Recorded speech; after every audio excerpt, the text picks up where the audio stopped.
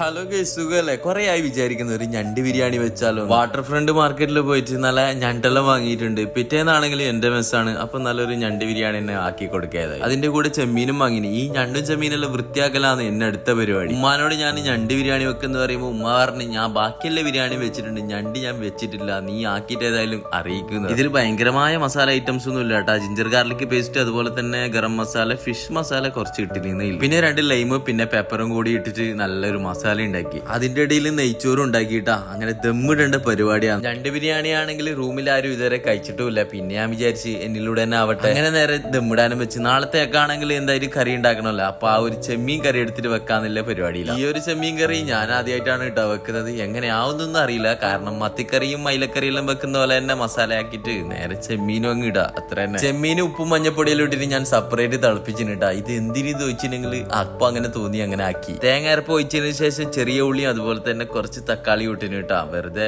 ഒരു രസത്തിന്. അങ്ങനെയൊന്നും അല്ലപ്പ, ചെറിയ ഉള്ളി ഇട്ടിട്ടുണ്ടെങ്കിൽ നല്ല ടേസ്റ്റ് ഉണ്ടാവൂലേ. അങ്ങനെ കാച്ചിട്ടെല്ലാം നേരെ കറിയിലേക്ക് ഒഴിച്ചിട്ടാ. കാണാനെല്ലാം നല്ല പാങ്ങുണ്ട്, കൂട്ടാനും നല്ല പാങ്ങുണ്ടാവൂലേ. രാത്രി ആയിട്ടാകുമ്പോ നമ്മൾ ദമ്മിട്ട ഞണ്ട് ബിരിയാണി അവിടെ റെഡി ആയിട്ടുണ്ടല്ലോ. അത് ഓപ്പൺ ആക്കിയിട്ടാകുമ്പോ നല്ല മണലടിക്കാനുണ്ട്. അങ്ങനെ എല്ലാരും പ്ലേറ്റിലേക്ക് ഇട്ടിട്ട് നമ്മൾ കഴിക്കാൻ തുടങ്ങിയിട്ടാ. ഞണ്ടിന്റെ ഉള്ളിലുള്ള മീറ്റെല്ലാം പുറത്തേക്ക് എടുത്തിട്ട് കുറച്ച് റൈസിലേക്കും കുറച്ച് കുഴച്ചിട്ട് തിന്നുമ്പോണ്ടല്ല മോന എന്ത് ടേസ്റ്റ് അറിയാം. അൽഹംദുലില്ലാ, ആരും കണ്ണു വെക്കണ്ടാട്ടാ. അങ്ങനെ എല്ലാരും കൂടിയിട്ട് തിന്നിട്ട് നമ്മള് കടന്ന്. അപ്പൊ ഓക്കെ, ബൈ.